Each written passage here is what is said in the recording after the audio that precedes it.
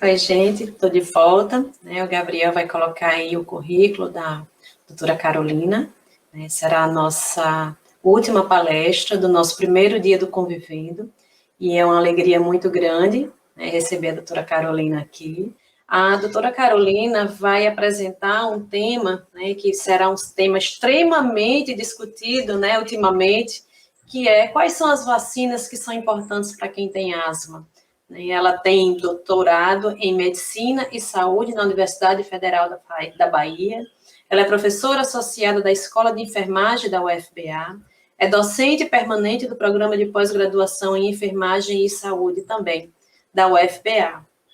Doutora Carolina, fique à vontade. A senhora tem 25 a 30 minutos para fazer a sua apresentação. Na sequência, a gente volta para esclarecer as dúvidas do público. E, mais uma vez, muito obrigada pela sua disponibilidade. Tá bem. Primeiramente, muito obrigada também pela oportunidade, Eu estou muito satisfeita em estar participando deste evento, e com este tema também, Então, é um dia prazeroso, não é ausência de trabalho, não. Tá? Bem, boa tarde a todos e a todas.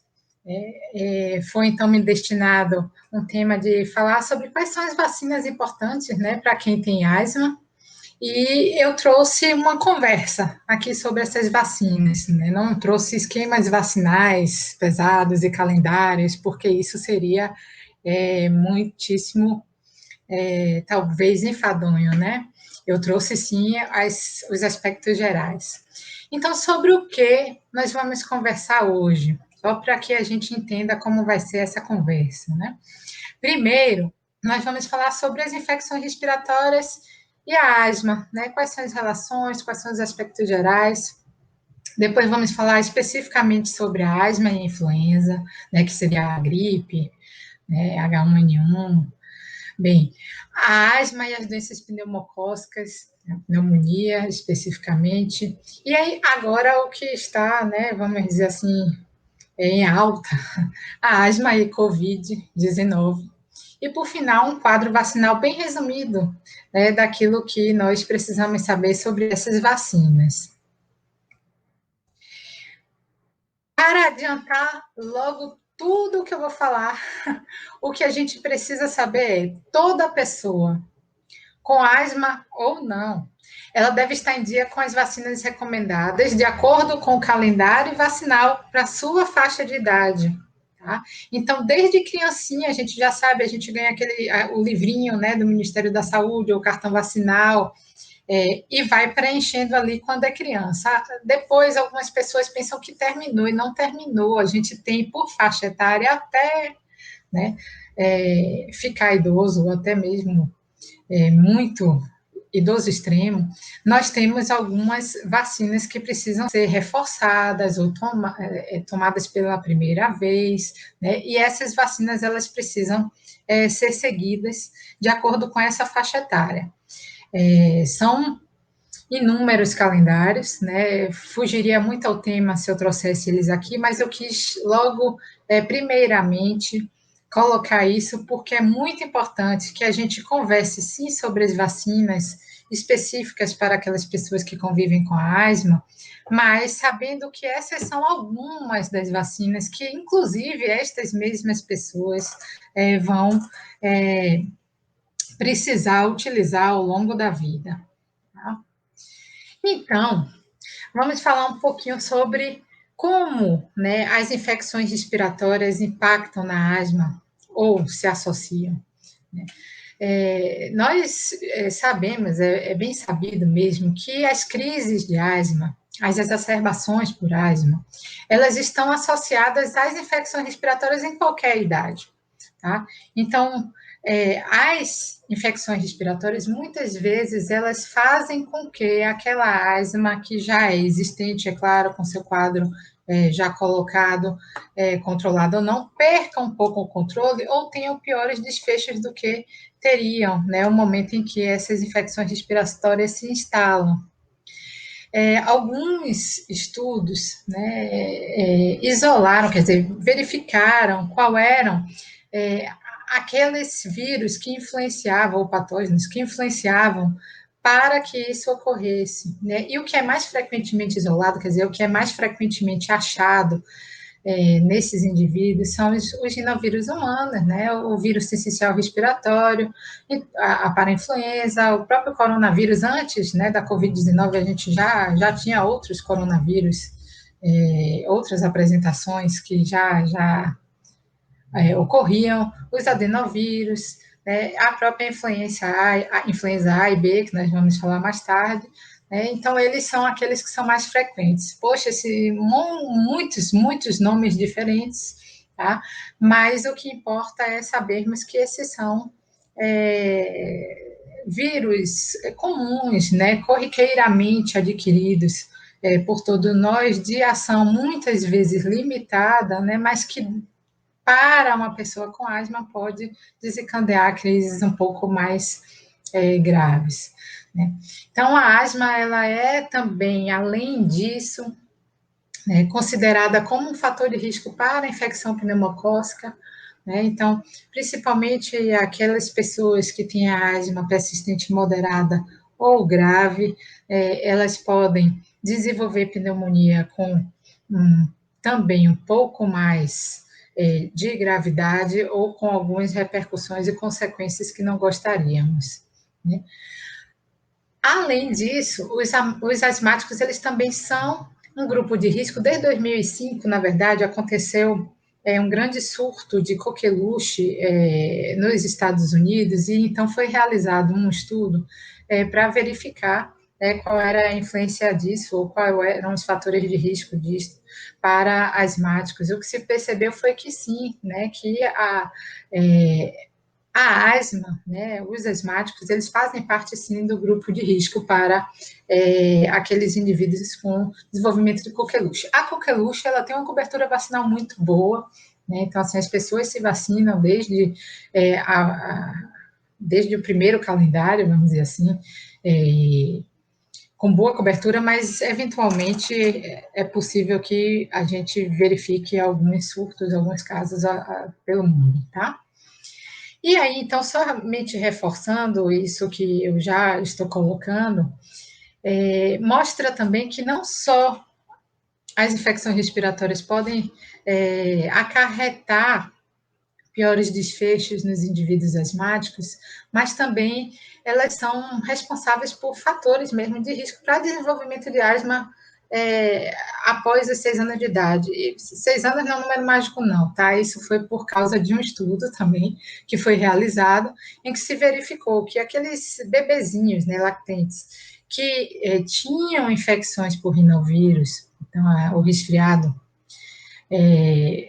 nesta época de bebezinhos, ao avançar da idade, quando eram crianças, já eles tinham a capacidade de desenvolver os sintomas de asma, uma vez que já existia a predisposição para tanto, né? E essas infecções virais do trato respiratório, né, que são doenças muito frequentes, como a gente já falou, elas são limitadas, elas são frequentes, as pessoas estão acostumadas até a adquiri-las e passa, né? Tem gente que conta o dia, faltam só alguns dias, né? Mas para os asmáticos podem ser fatores de risco, né, para fazer com que haja uma perda do controle daquela doença que já existe, ou uma piora dos sintomas, uma vez que eles já estejam também lá instalados. Tá? Então, só para que a gente entenda o porquê de, além do calendário vacinal, que a gente já está acostumado por faixa etária, a gente vai falar especificamente de algumas vacinas. Bem, então, quando nós falamos sobre a asma e as infecções respiratórias, nós falamos também sobre a influenza, né, a gripe, como um dos fatores, vamos dizer assim, influenciantes. E, para que vocês entendam quais são as principais influenzas, quer dizer, quais são as principais influenzas que nós estamos acostumados a isolar ou achar, seria a do tipo A do tipo B Os vírus sinciciais, que não propriamente ditos são influenzas, mas entram no mesmo tipo característico vacinal, tá? E a H1N1, né? Os pacientes asmáticos, eles fazem parte também desse grupo de risco para influenza, inclusive a H1N1. O que quer dizer isto? Não é que eles terão mais asma nem mais influenza do que outras pessoas, mas que na presença desses vírus, né, da instalação desses vírus, infecção por esses vírus, essas pessoas elas podem sim desenvolver e evoluir com mais gravidade e até mesmo no caso de influenzas mais graves, até mesmo com desfechos fatais, né? Que é algo que nós não desejamos para nenhuma pessoa. Tá? E aí, esta, sim, é uma doença muito prevenível, né? Com um esquema vacinal, inclusive anual, muitas vezes já de conhecimento de todos nós, né? Que é a vacinação contra a influenza. Existem dois tipos de possibilidades de vacinação contra a influenza. A trivalente, né, que seriam 3 tipos de influenza, e a tetravalente, que seriam 4 tipos. A tetravalente é aquela que é recomendada sempre que possível e disponível. Tá? Mas, em muitos estados e no plano nacional, ela está disponível apenas no serviço privado. Nos CRIs, que são os Centros de Referência para Imunização, são disponibilizadas as três trivalentes, tá? Que não quer dizer que não vai funcionar, tá? É só porque a quatrovalente é preferível. Então, essas pessoas elas devem ser vacinadas anualmente. Como se inicia então esse esquema, né? As crianças elas iniciam a vacinação com 6 meses e 8 anos de idade, normalmente com 2 doses iniciais, com intervalo de 30 dias, e depois anualmente. E após os 9 anos de idade, essas vacinas são tomadas anualmente para sempre, tá? Para sempre até o indivíduo ficar idoso. Lembrando que, principalmente, para aqueles indivíduos que são também asmáticos e idosos, o ideal é que essa vacina seja colocada como uma dose prioritária, né? E faz parte também do Plano Nacional. E aí, eu trouxe aqui alguns estudos para mostrar para vocês como é importante fazer essa vacinação contra as influenzas, né, para a gripe. Primeiro, tomar a vacina contra a gripe, né, é um fator protetor para os pacientes asmáticos em geral. Mas um estudo, que foi esse estudo, ele está em inglês, tá? Eu vou traduzir para vocês, que foi esse estudo que avaliou a vacinação da influenza e a asma em idosos hospitalizados, pacientes hospitalizados, foi um estudo do tipo caso controle, que na verdade ele verificou pessoas que tinham influenza e asma e pessoas que tinham somente a asma e não tiveram influenza, e verificou então quais foram os fatores de risco, né? Nesse estudo, o que foi observado foi que, diante de muitos indivíduos que participaram, tá? Foram cerca de 400 mil indivíduos, esses pacientes que estavam vacinados, eles tinham menos hospitalizações, menos eventos graves e muito menos taxa de mortalidade, né, entre esses idosos hospitalizados. Um outro estudo foi uma meta-análise, que na verdade é quando a gente junta várias revisões de literatura, muitos outros estudos originais, junta numa revisão de literatura, tá? Então a gente verifica vários estudos originais e ali vê todos os resultados e junta em um só para que a gente entenda o que significa isso. Então é como se fossem vários estudos que viram um estudo bem grandão, né?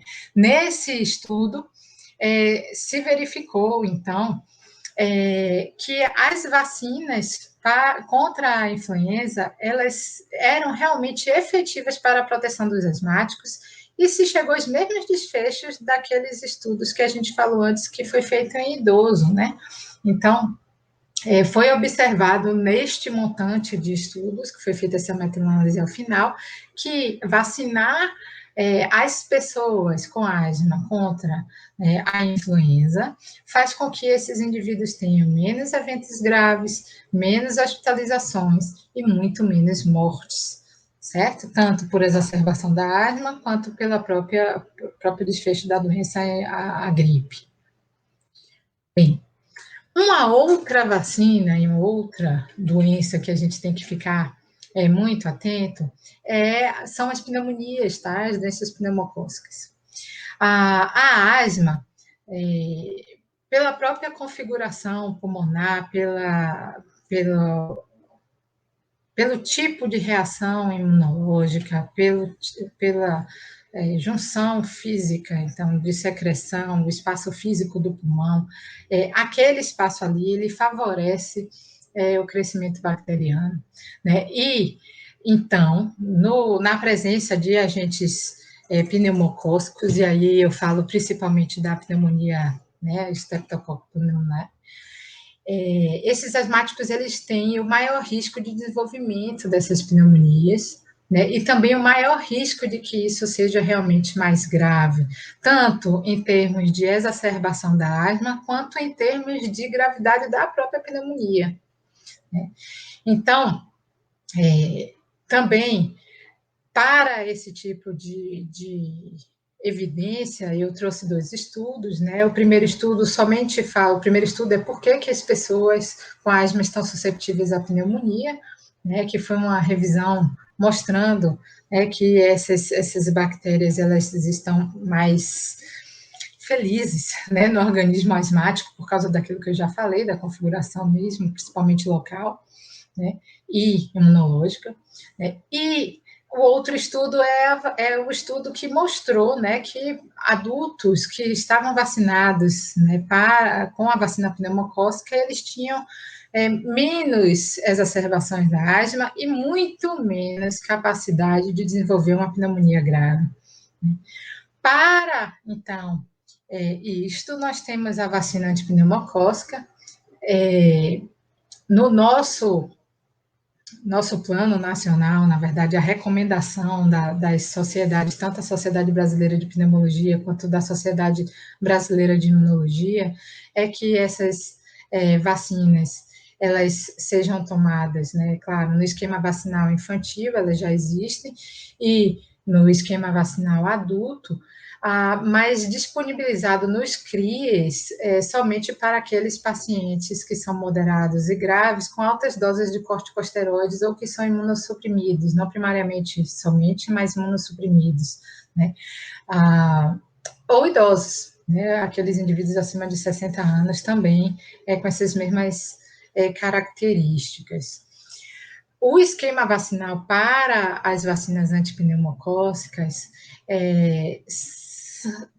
o ideal é que, na verdade, se inicie com a vacina conjugada, que é a 13 valente, né? E que depois se faça a 23 valente. Nos CRIES são fornecidas a 10 valente. Então, assim, existem 3 tipos de vacinas, uma com 10, vamos dizer assim, tipos de vírus diferentes, para que vocês entendam bem, uma com 13 e uma com 23.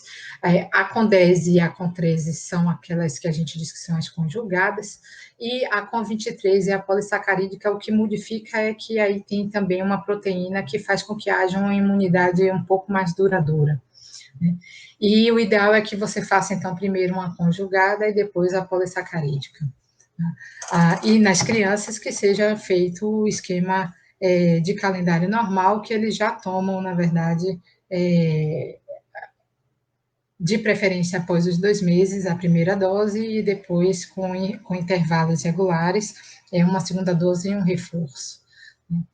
Mais ou menos em relação a essas vacinas pneumocócicas, como eu já falei, as crianças têm esquema vacinal proposto adequadamente para elas, mas na rede pública, para esses casos, são oferecidos 3 doses, como eu já disse, a VPC 10, né, aos 2 meses e aos 6 meses, e um reforço depois.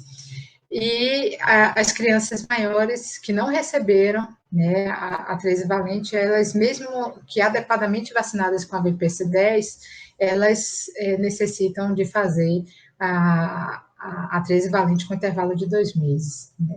E crianças a partir de 6 anos, os adolescentes, adultos e idosos que não foram vacinados com a VP13, né, eles passam, então, a utilizar uma dose somente desta e, se possível, o reforço posterior com a 23 valente.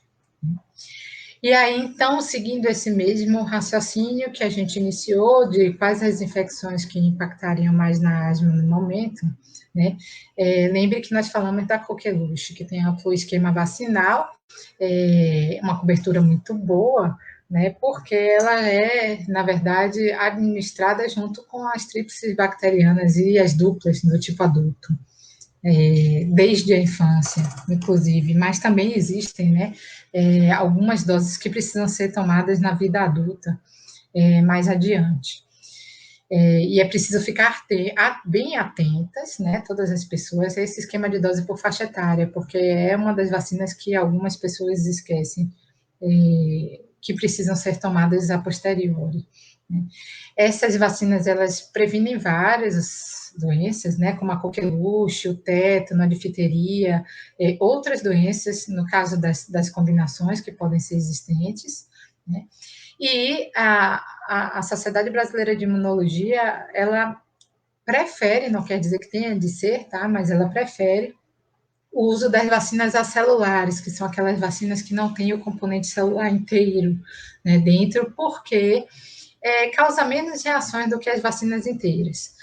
No entanto, ambas têm eficácias comprovadas e as reações elas não são tão modificadoras assim entre uma e outra, a não ser a qualidade da febre ou de algum evento que venha acontecer pós-vacinal, tá? Mas nada que a gente possa, vamos dizer assim, ter de realmente escolher e dizer, eu só não tenho uma celular, então não vou tomar. Não, pode tomar a celular também, tá bem?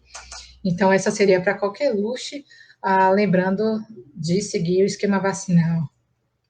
E aquilo que está agora, infelizmente, na moda, vamos dizer assim, seria asma e Covid. O que já foi observado até o momento é que a asma grave, ela é considerada um grupo prioritário para vacinação contra a Covid, porque a asma grave, ela tem apresentado alguns piores desfechos, incluindo maior risco de morte intra-hospitalar. Tá? Mas aqueles indivíduos que têm asma leve, que têm asma moderada, controlados, né, eles não parecem ter piores desfechos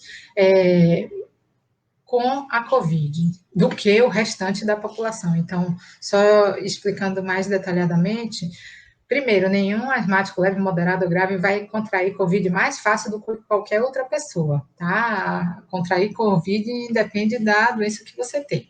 Mas você tendo asma leve, moderada, não quer dizer que a sua Covid será pior ou melhor do que o restante da população. Assim tem se mostrado, é o que se parece. Agora, aqueles indivíduos que não estão controlados e que têm uma asma realmente grave, eles precisam, né, se atentar para isso, porque esses sim têm tido desfechos piores, tanto da asma quanto da Covid ao adquiridos.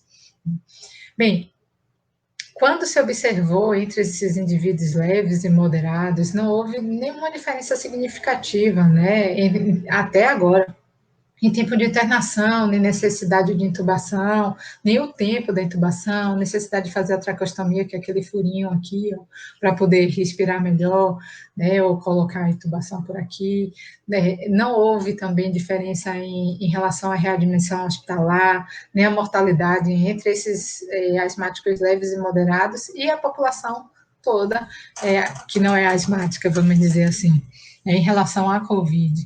Então, a vacinação contra a Covid nos asmáticos leves e moderados deve seguir as recomendações do Plano Nacional de Imunização, né, que estão relacionadas sempre à idade ou ao risco ocupacional, tá? Que é a mesma que está seguindo para a população geral. Então, no seu estado, no estado que vocês morarem, tem dizendo, hoje vai ser tantos anos de idade, hoje vai ser trabalhador da comunicação ou da saúde, e essas pessoas, então, serão vacinadas de acordo com este plano e não porque têm asma, né?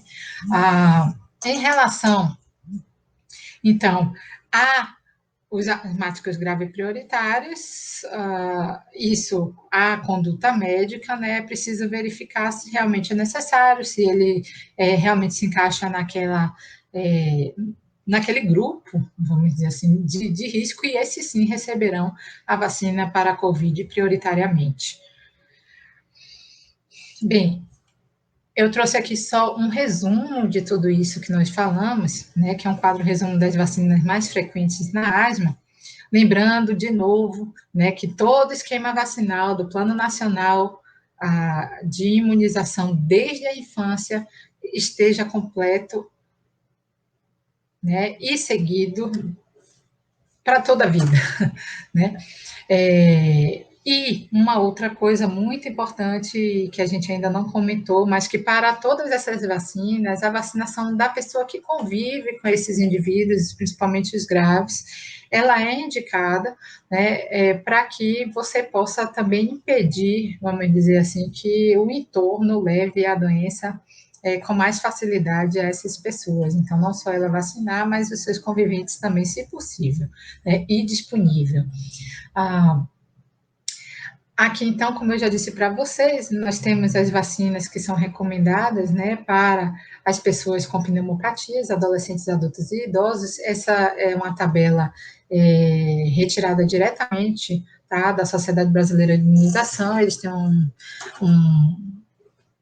vamos dizer assim, um guia muito interessante, né, com diversas tabelas, principalmente para os grupos especiais, né, em que coloca quais são aquelas que estão disponíveis nos postos públicos, nas clínicas privadas e quais são as recomendações.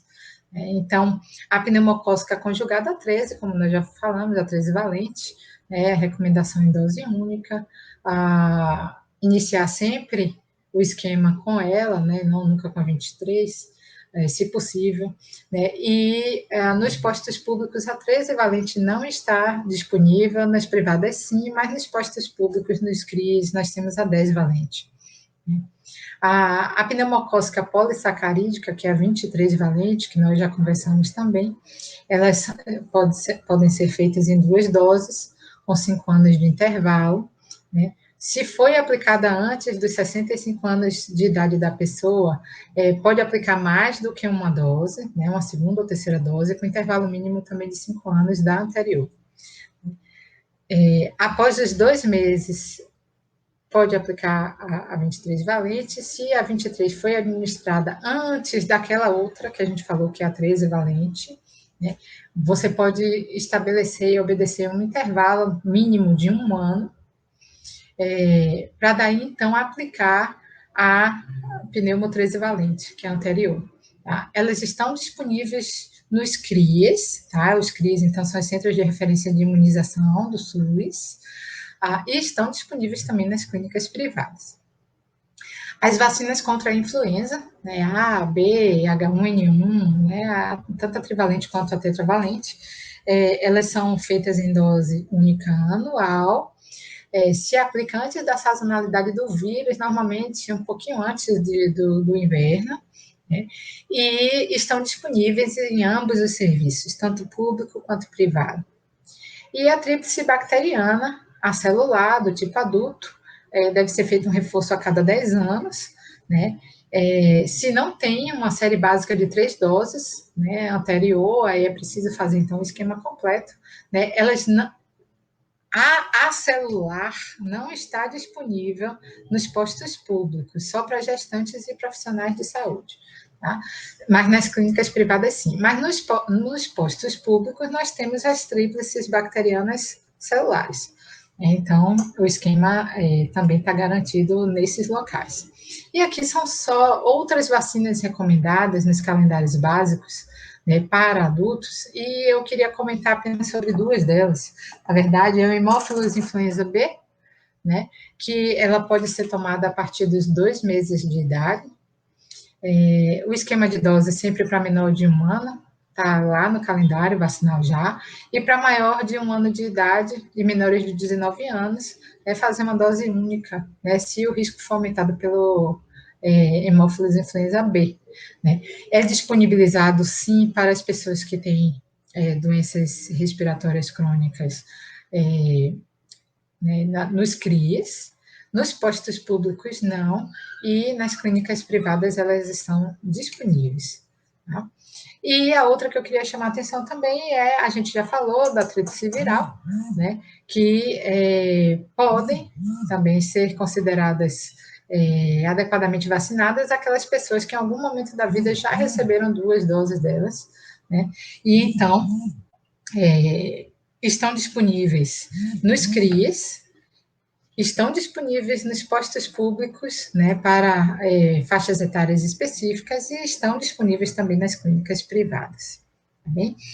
Quanto a contraindicações em geral, serve, assim como qualquer pessoa da população, para aquelas pessoas que têm histórico de doenças respiratórias, ou, perdão, histórico de doença, de alergias a algum dos componentes da fórmula da vacina, né, históricos de anafilaxia e outras alergias, né, que possam ser colocadas. Isso sempre é verificado anteriormente, né, ou se a pessoa já teve alergia, né, já teve alguma reação na tomada de doses anteriores, e aí no reforço isso já fica também observado, mas essas recomendações elas são gerais para a população. E no caso daquelas pessoas que são muito imunossuprimidas, né, então realmente imunossuprimidos, as vacinas, né, as celulares, elas são as preferíveis, ou aquelas vacinas que têm vírus atenuados, vírus vivo, vamos dizer assim, só que atenuados, elas é preciso verificar o risco-benefício de suas tomadas e a possibilidade da tomada no momento, tá? E isso é verificado em consulta médica anterior ou consulta no serviço que a pessoa é acompanhada, tá bem? Então, eu queria deixar este recado, eu espero que tenha sido útil, estou disponível para questões que sejam colocadas, agradeço pela atenção de todas as pessoas, né, e agradeço também pela oportunidade de participação. Bem, obrigada. Eu vou parar de partilhar agora a tela, tá, e vou ficar somente disponível sem ela. Nossa, muito obrigada, doutora Carolina. Foi, assim, fantástico, né?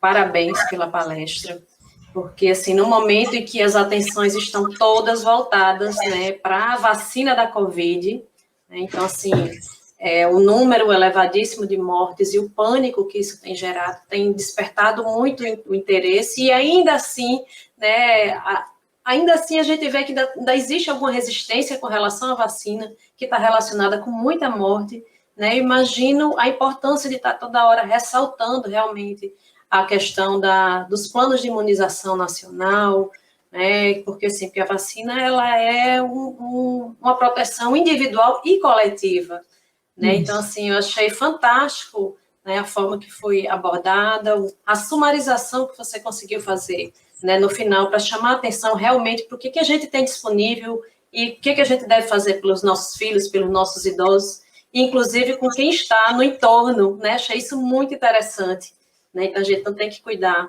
também em quem cuida, né, e de quem é cuidado, né? Achei isso muito interessante na sua fala.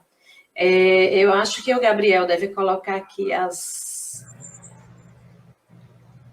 perguntas. Bom, a Miriam Luziane, ela tem uma pergunta e ela pergunta: pode tomar vacina da Covid quem tem asma ou rinite alérgica? Pode, né? Pode tomar.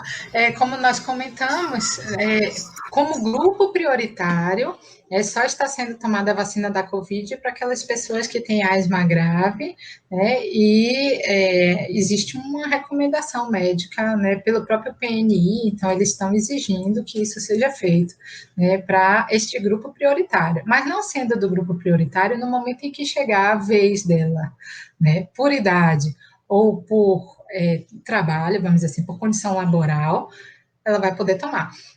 Para qualquer vacina não Covid, né, não somente Covid, qualquer vacina, a contraindicação, como a gente já falou, em casos anteriores de alergias a componente da fórmula, que é raro, né, ou se no momento ela estiver em estado febril, aí não deve tomar, né? Porque a gente não sabe se é a própria Covid ou se o corpo está enfraquecido por alguma outra infecção. Aí espera um pouquinho e toma logo depois, mas não há contraindicação alguma por ter asma ou rinite, ao contrário. O Lucas Aguiar quer saber: posso tomar a vacina da gripe entre a primeira e a segunda dose da vacina da Covid? Ou é melhor eu tomar da gripe apenas depois de tomar as 2 doses da Covid? Não, pode tomar sim. Não existe ainda nenhum estudo dizendo quais são os prazos, mas como todas as outras vacinas, o que o Ministério da Saúde tem colocado é uma distância de 14 dias entre uma dose e outra de vacinas, certo? Então, ele pode tomar a vacina da gripe 14 dias depois da Covid, ou da Covid depois 14 dias a da gripe, né?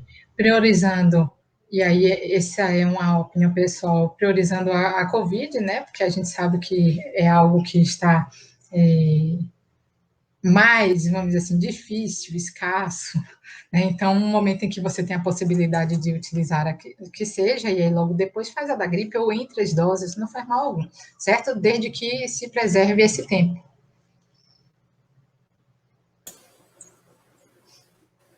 Deixa eu ver aqui. A Fátima Henrique diz: minha filha tem alergia a ovo. Ela pode tomar a vacina da influenza e da Covid e outras mais? Achei ótima a sua pergunta, Fátima. Eu ia perguntar isso ao término, porque eu também tenho uma filha alérgica à proteína do ovo. E isso nos assusta em algumas vezes.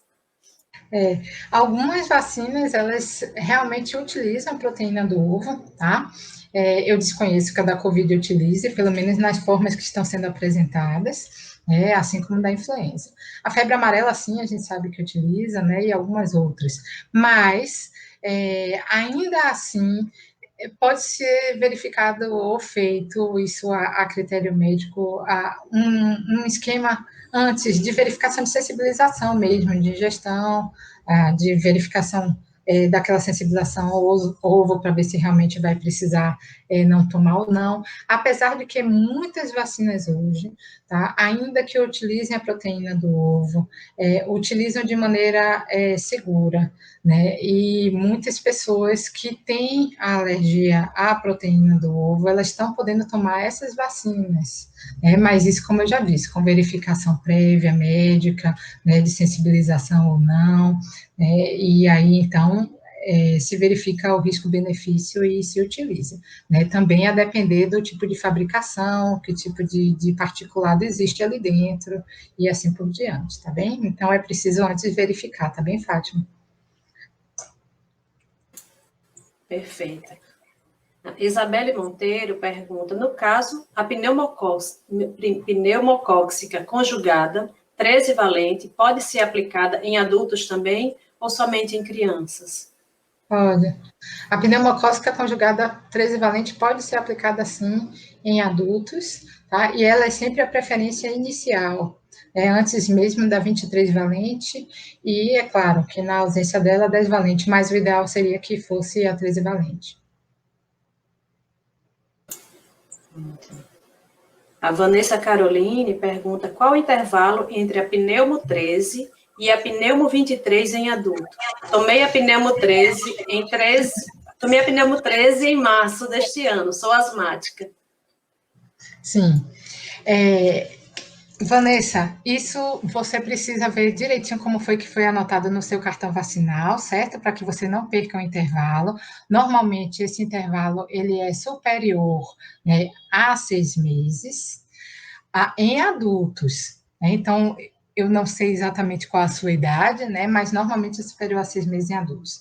Eu posso disponibilizar agora para vocês, né? O site, vamos dizer assim, da Sociedade Brasileira de Imunização, que lá tem para cada faixa etária o esquema vacinal. Se eu falar aqui de cada um, a gente vai ter que fazer uma outra palestra, né? Porque são mais de 18 tabelas, tá bem? Mas seria só para que vocês possam anotar, eu não sei se a possibilidade agora seria S de sapo, B de bola, I, M de Maria.org.br, tá? Neste site, que é o site da Sociedade Brasileira de Imunologia, tem todas as tabelas para cada uma das faixas etárias e para cada um dos esquemas vacinais de todas as vacinas. Bem, mas o ideal, de verdade, é que você observe o seu esquema anotado no seu cartão para que não perca a data daquilo que já foi calculado dentro das suas próprias possibilidades e da possibilidade do serviço. Bem? Bom, acho que nós temos ainda mais uma pergunta. Ou não, Gabriel?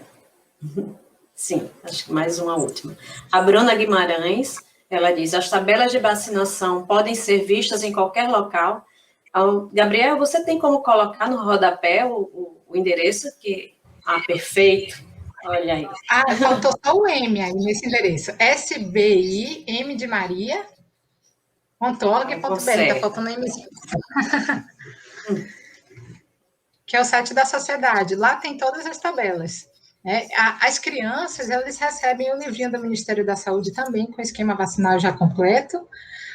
Os adultos, não tem nesse livrinho mais, mas assim, os adultos, eles têm, no momento em que estão sendo acompanhados por suas unidades, eles têm também a possibilidade de recebimento dessas tabelas, né? Mas como são muitas, como eu falei, a depender de faixa etária, a depender de grupo de risco, a depender se é imunossuprimido ou não, se tem alguma comorbidade ou não, né? Então, o ideal seria ter a tabela específica para aquele caso do paciente, né? A equipe que acompanha essa pessoa poderia ou pode, se quiser, ir compartilhadamente, claro, em decisão com o paciente, verificar, né, a possibilidade dessa pessoa ter essa tabela para acompanhamento compartilhado com a equipe, né? Mas é sempre bom que a pessoa se atente à vacinação, mas a equipe também, né? Eu não sei se deixar somente a responsabilidade de nós mesmos, pacientes, vamos dizer assim, seria muito interessante, porque, como eu disse, são muitas, né, causa muitas dúvidas, as informações são muito detalhadas, inclusive, na tabela, muitas vezes, e pode ser que algo passe, tá?